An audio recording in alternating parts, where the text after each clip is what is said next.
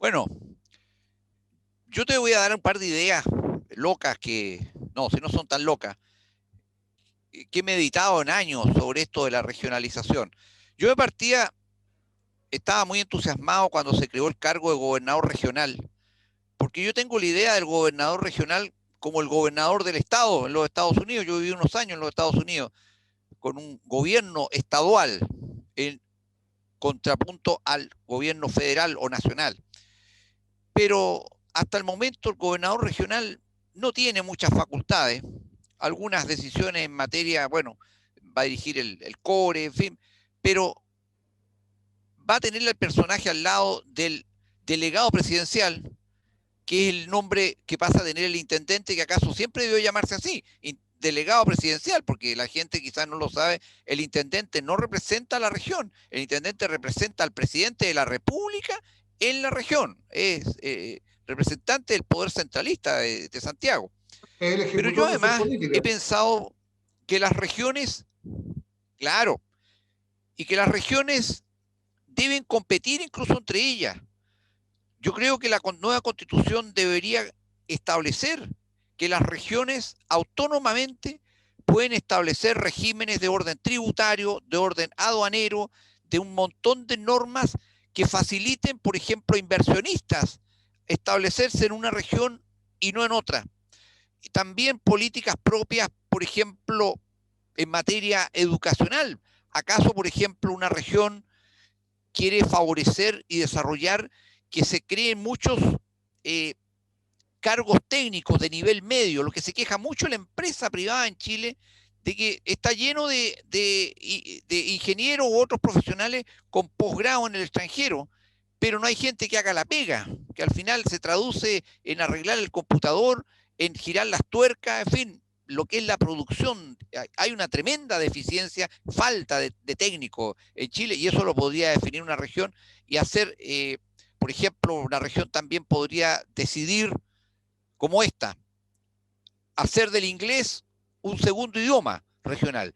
Y eso abriría las puertas a un montón de empresas extranjeras que andan buscando dónde establecerse y muchas veces no lo hacen porque no tienen cómo entenderse los ejecutivos extranjeros con los trabajadores locales. En fin, también establecer franquicias de orden tributario, aduanero, en fin, todo eso se puede hacer. También un estatuto poblacional, así como lo tiene hoy día Isla de Pascua. Tú no puedes llegar e irte a vivir a Isla de Pascua. Y a mí me parece muy interesante, vamos a tocar el tema de la inmigración a Chile, pero también el tema de las migraciones regionales, porque en Suiza, nadie podría decir que Suiza es un país dictatorial ni nada por el estilo, pero resulta que un ciudadano suizo no se puede cambiar de un cantón a otro si no acredita que tiene una fuente de ingresos estable, que va a establecer un negocio ahí o tiene un empleo, en fin.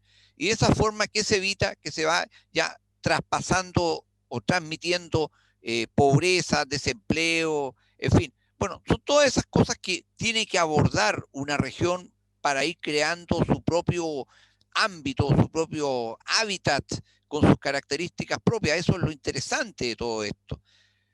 Y ya que mencioné el tema de la inmigración, es un temazo para la nueva constitución, porque este problema no lo teníamos hace 4 o 5 años atrás. Eh, Dicen que por la aparición de Fuerzas Armadas chilenas en Colchane, esto se paró fuertemente hace un par de días solamente. Sin embargo, es un hecho cierto que Chile está sujeto a oleadas migratorias gigantescas que el país ya no resiste, ya no resiste. Y creo que eso va a obligar, y no seremos el primer país del mundo, por Dios. Si hay países como Austria, hay países como Japón, en fin, la misma Australia, que tienen muy restringida y regulada la migración o simplemente no la permiten, porque, oigan, cierta cuestión de las fronteras abiertas tiene un costo, y una de las cosas que está reclamando la población chilena es que los extranjeros tienen más ventajas que ellos. Te explico, entra un extranjero ilegalmente a Chile, se autodenuncia y lo inscriben inmediatamente como FONASA A. Yo pago FONASA, pero si yo voy a atenderme en un hospital, tengo que pagar. el extranjero que entró ilegalmente a Chile lo atienden gratis. No parece justo, ¿no es cierto? No solo no parece justo, no es justo. Naturalmente que No es justo. ni en Chile, ni en ningún país del mundo eh, debe tener una persona foránea más derechos que el nacional de ese país. No me parece no solo justo, sino que tampoco lógico. Es un tema bastante simple. Creo que primero tenemos que preocuparnos de la casa, de mantener la casa, pagar nuestras cuentas, y después podemos mirar para la casa del vecino. Más de alguno mira a la vecina, estoy de acuerdo, pero ese es otro tema y yo no me meto en la vida privada de nadie. Pero cuando hablamos de país, creo que lo primero que tenemos que hacer es precisamente velar, en primer lugar, por nuestros nacionales, por los chilenos. En segundo lugar, la migración efectivamente es un derecho humano, como tal es un derecho esencial, pero no puede ser una cosa absolutamente desregulada sin obedecer a políticas claras, racionales y determinadas. ¿Por qué? Porque lamentablemente las normas que tenemos sobre migración en Chile son normas arcaicas, tremendamente antiguas y ya no son aplicables. Y por favor, que no se vaya a pensar que yo soy contrario a las migraciones. Este país se formó y creció gracias a las migraciones. ¿Para qué decir Punta Arenas? ¿Para qué decir Magallanes, esta región? Esta región se formó gracias a lo que fueron en su momento los inmigrantes españoles, croatas, griegos, franceses, portugueses, alemanes, ingleses, ¿para qué decir? Bueno, y por supuesto también por migrantes nacionales, porque normalmente cuando miramos a los migrantes pensamos en el que viene del extranjero, pero Magallanes tiene una gran población de migrantes nacionales provenientes, sobre todo hace unos años atrás, Chiloé. fundamentalmente desde Chiloé, que han colaborado a engrandecer enormemente esta región. Se han establecido acá, han prosperado, han formado familias. Y hoy día creo que Magallanes tiene mucho que agradecer a quienes han venido desde Chiloé o a quienes son descendientes de aquellas personas que migraron desde Chiloé para esta tierra.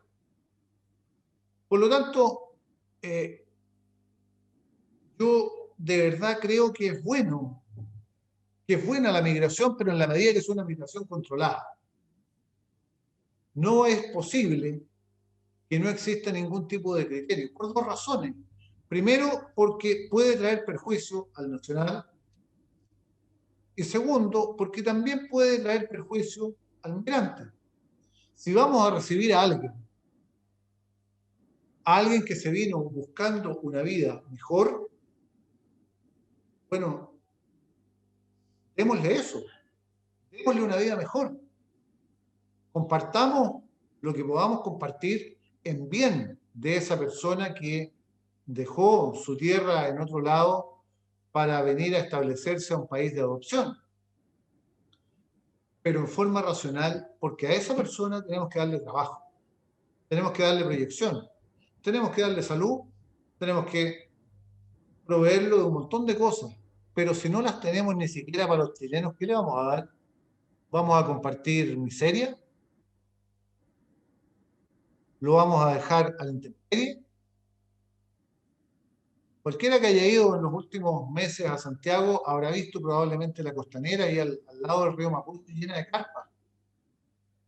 Yo no creo que esa gente en su país haya vivido en carpas, carpas para hacer camping. De verdad se produce un fenómeno perjudicial tanto para quien viene como para quien vive en el país. Y se producen otros fenómenos más que tampoco me gustan. Por ejemplo, personas inescrupulosas que les ofrecen trabajo, pero no en buenas condiciones, condiciones laborales inferiores a quienes ya están establecidos acá, sean nacionales o extranjeros que estén trabajando con antelación. Sueldos más bajos, sin leyes de seguridad social, y suma y sigue. Otro gran problema, nadie investiga los antecedentes penales de las personas que vienen. Puede entrar, y ya ha entrado, a trabajar a Chile gente muy valiosa, técnicos, personas trabajadoras que han venido a colaborar y que han sido un aporte y van a seguir siendo. Pero también han llegado delincuentes. Y créame que con los delincuentes que tenemos, nos bastan y nos sobran. Entonces, tiene que haber un control, tiene que haber una responsabilidad para establecer el tema de lo que es la migración. Aquí no hay ninguna política. Esto parte con un instructivo presidencial del año 2008 de doña Michelle Bachelet, el instructivo presidencial número 9, que establece una serie de cosas que fue cortar y pegar de distintas normas internacionales de derechos humanos, pero que acá no se le dio ninguna utilidad práctica más allá de dejar entrar a personas. Más allá de dejar entrar a personas, no se le dio absolutamente ningún otro carácter, no se desarrolló la forma como debía comportarse el fenómeno migratorio al interior del país. ¿Cuántos migrantes somos capaces de mantener en Chile de forma eficiente? ¿Cuánta gente es la que puede acceder a trabajos en este país? Porque no se trata de dejar entrar a quien sea, de modo que, por un lado, quede desprotegido, de otro modo, genere un fenómeno que a mí no me gusta personalmente, pero que se está generando y que es una suerte de xenofobia de parte del nacional hacia muchos migrantes.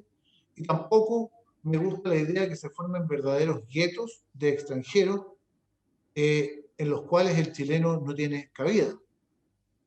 Creo que nadie en su país, nadie en Chile puede ni debe tener menos derechos que un chileno. No digo que los extranjeros tengan menos, pero no puede ser que un extranjero tenga más derechos que un chileno en Chile. Políticas Bueno, migratorias ahí están muy Marcelo, mal yo hechas. quiero complementar. Yo quiero complementar tus opiniones, porque el tema migratorio me llega muy de cerca, ya que por razones de trabajo, en los últimos años, o cuando estuvo el apogeo de la inmigración haitiana, me tocó viajar de regreso a Chile con aviones repletos de haitianos que subían en el aeropuerto internacional de Panamá.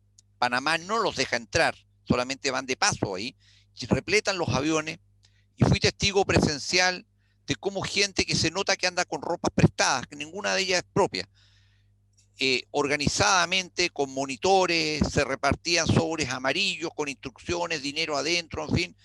Llegué a preguntarle incluso a funcionarios de la PDI, Policía Internacional en Santiago, y me reconocieron que tenían instrucciones del mando de dejar pasar a toda esta gente.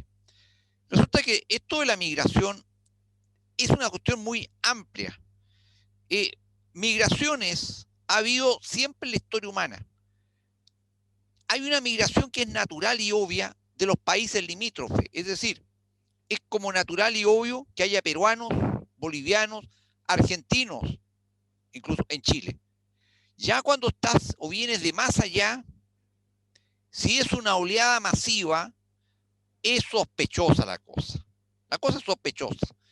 Lo de Haití fue, y todo el mundo lo sabe, absolutamente artificial, manipulado y dirigido por esta organización siniestra. Si lo están escuchando, me importa un rano su opinión, el Servicio Jesuita al Migrante. Se gastaron centenares o miles de millones de pesos de Chile para fletar aviones para traer desde Haití. Con la cuestión de Colombia, también la cuestión está bastante turbia, porque prácticamente en todos los enredos criminales de droga en Chile hay colombianos metidos. Y es cuestión de saber un poquitito lo que es la historia de Colombia para saber por qué hay tanta criminalidad, tanta guerrilla y, en fin. Hay países que a lo mejor nosotros ni los miramos porque Chile, desgraciadamente, es el centro del país. No, no me refiero a Punta Arenas, me refiero a Santiago. Se creen los jaguares y no son jaguares. Países como Panamá. Panamá hace varios años que un gobierno hizo un decreto que estableció nacionalidades con preferencia para inmigrar a Panamá. Obviamente no están los colombianos, sí estamos los chilenos. Hay otros países como Australia que establecen en el fondo la norma que cuando tú llegas a una casa ajena, te tienes que adaptar a las normas de esa casa. Usted quiere vivir acá, usted cumple mis normas, usted habla mi idioma, usted se adapta a mi cultura. Y yo esto te lo digo porque incluso aquí en Punta Arenas conozco reclamos de vecinos de extranjeros inmigrantes que se han establecido y que hacen juerga y fiesta todas las noches, porque es su cultura, entre comillas, no dejan dormir a nadie. Y en todo Chile hemos visto ya el triste ejemplo de extranjeros que desafían al chileno y le dicen, pues si no te gusta, ándate. No, señor. Eso sí que es inaceptable, inaceptable. Pero yo quiero, la última parte de este programa, llevarte al tema de las libertades, porque curiosamente Chile está, esto de la presión por las fronteras abiertas que hace la izquierda a nivel internacional, como una forma de repartir la pobreza en el mundo, porque eso es lo que se pretende. Sin embargo, la única manera, a mi juicio, de contrarrestarlo, porque los extranjeros ya están adentro. No soñemos con que van a ser devueltos a sus países de origen los que estén sin trabajo y los que no tengan una regularización legal, en fin, se van a quedar aquí. El país tiene que ponerse a trabajar y generar más riqueza. Este es el momento en que hay que ampliar las libertades, es decir, el Estado chileno, que se ha vuelto cada vez más burocrático y entravante, tiene que liberalizarse. Yo creo que con libertad y sobre todo libertad económica verdadera, este país puede crecer para satisfacer también las necesidades de los que inmigraron, se quedaron aquí, buscan trabajo, lógico, bueno, pero que haya trabajos para todos. Yo creo que en la nueva constitución, no sé qué te parece a ti, tienen que establecerse, por ejemplo, parámetros como los que fija la constitución española, que el sistema económico en Chile, y en eso déjense de discutir y de joder, perdónenme la expresión, es la economía de mercado. Y déjenos vivir tranquilos y terminemos con esta aureola socialista que nos quieren meter. ¿Qué opinas tú? No puede ser de otra forma. Eh, Así como se ha establecido que el mejor sistema de gobierno sigue siendo el sistema democrático, no se ha descubierto un mejor asignador de recursos que no sea el mercado. Podrá ser un mercado con algún grado de regulación, puede ser. Podrá ser un mercado que tienda a una economía social de mercado, puede ser.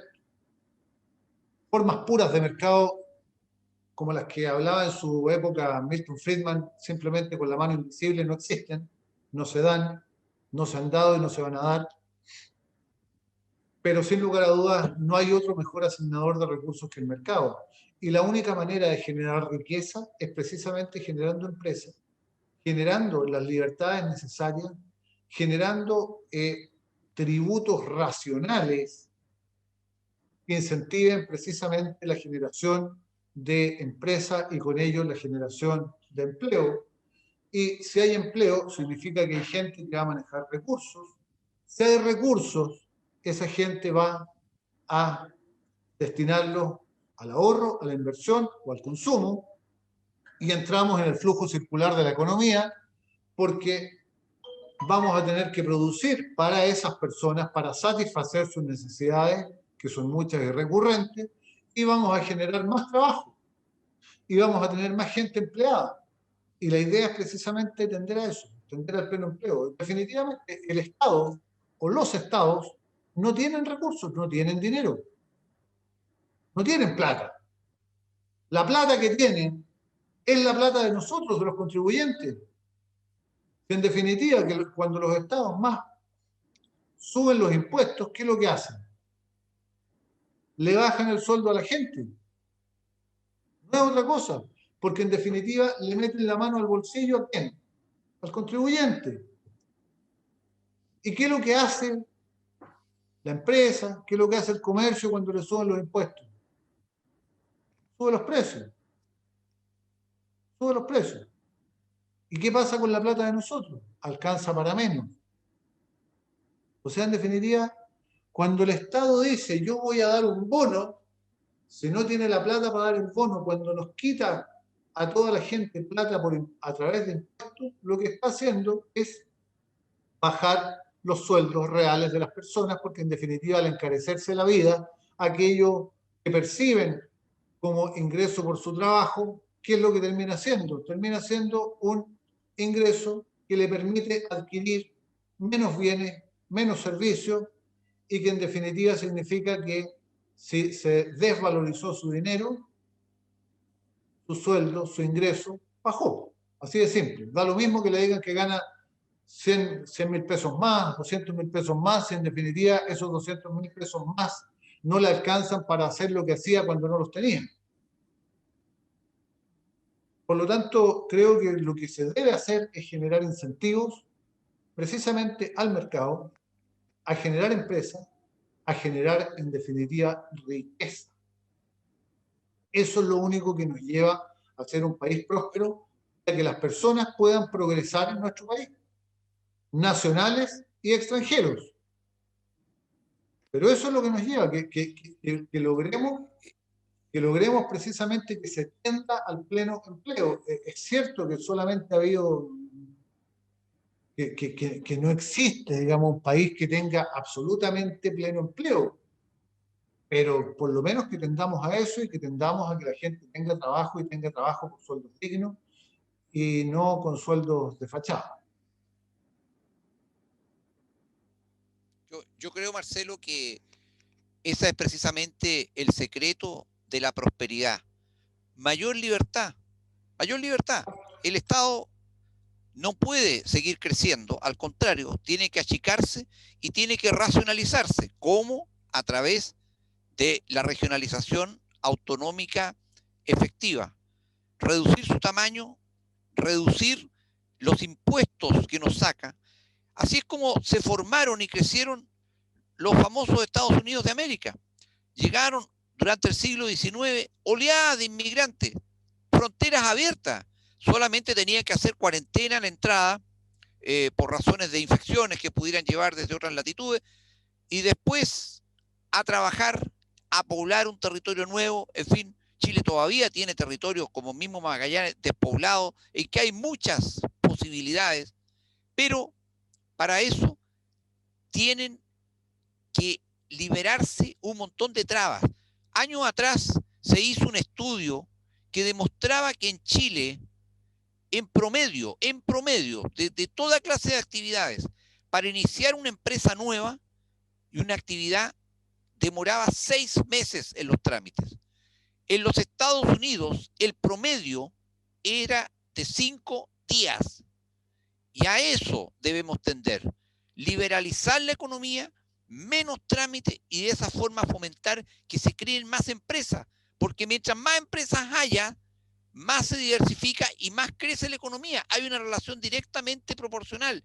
Más empresas, más crecimiento. Menos empresas, menos crecimiento.